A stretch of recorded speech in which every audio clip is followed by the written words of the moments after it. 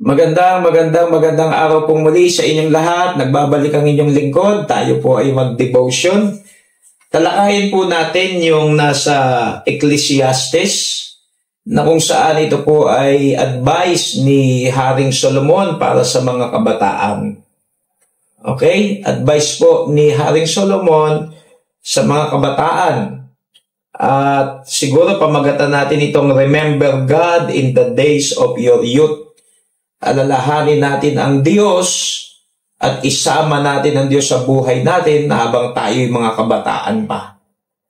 So tingnan po natin yung mga talata. Magbibigay ako ng 4 na letter R na outline dito sa mga kabataan. Okay, ito po, unang-una.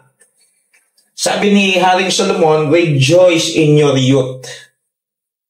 Rejoice in your youth, nasa Ecclesiastes 11:9.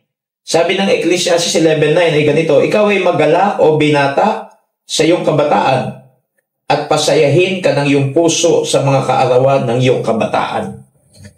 So, normal sa isang kabataan, masigla ka, bata ka, malakas ka, mag-enjoy ka raw, i-appreciate mo ang buhay, magpundar ka, mag-travel ka, mag-ipon ka, trabaho ka, i-enjoy mo ang buhay bilang kabataan. Karapatan mo yan bilang kabataan. Ayaw ng Diyos na malungkot ka. So rejoice in your youth. Ecclesiastes 11:9. Number 2, remove sorrow and evil from your youth. So bilang kabataan din, sabi ng Ecclesiastes 11:10 naman ay ganito. Kaya't ilayo mo ang kapanglawan sa iyong puso at alisin mo ang kasamaan sa iyong katawan. Sabi rin ni King Solomon, advice sa mga kabataan, remove sorrow and evil from your youth. Kasi ang mga kabataan ay agresibo, mapusok, madaling pasukin na anumang bagay na gustong pasukin. Minsan hindi nag-iisip muna. Pinaalis ni King Solomon sa bawat kabataan ang kasamaan sa katawan, mga bisyo, kung anumang klase ng kasamaan yan. Sabi, remove sorrow and evil from your youth, Ecclesiastes 11:10. Pangatlo, mga kabataan, advice ni King Solomon, remember God in your youth. Sabi ng Ecclesiastes 12:1, alalahanin mo rin naman ang may lalang sa iyo sa kaarawan ng iyong kabataan. Importante na sa murang edad, matutunan na ng kabataan ang nagpapa sa Diyos.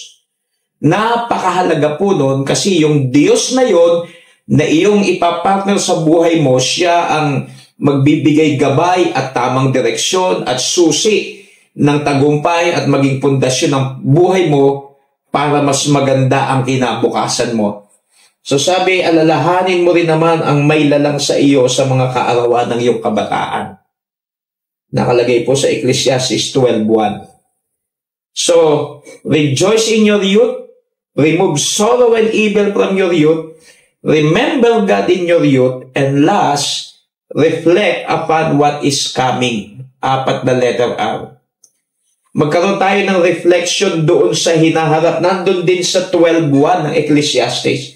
Sabi diyan, sabi, alalahanin mo rin naman ang may lalang sa iyo sa mga kaarawan ng iyong kabataan bago dumating ang mga masamang araw at ang mga taon ay lumapit pagka iyong sabihin, wala akong kaluguran sa mga yaon. May danger po na pwedeng mangyari sa isang kabataan kung hindi ka magpapa sa Diyos. Kung hindi mo kikilalanin ng Panginoon, darating ang isang araw, maaring matagumpay ka na, sasabihin mo, hindi ko kailangan ng Diyos, kalokohan yan. Napakahalaga po na makilala mo agad ang Diyos. Maintindihan mo, may kabilang buhay, may langit, may impyerno, saan patutungo ang iyong kaluluwa pagkatapos kang mamatay. Ang susi ng buhay sa mundong ito at sa kabilang buhay ay nasa Panginoon.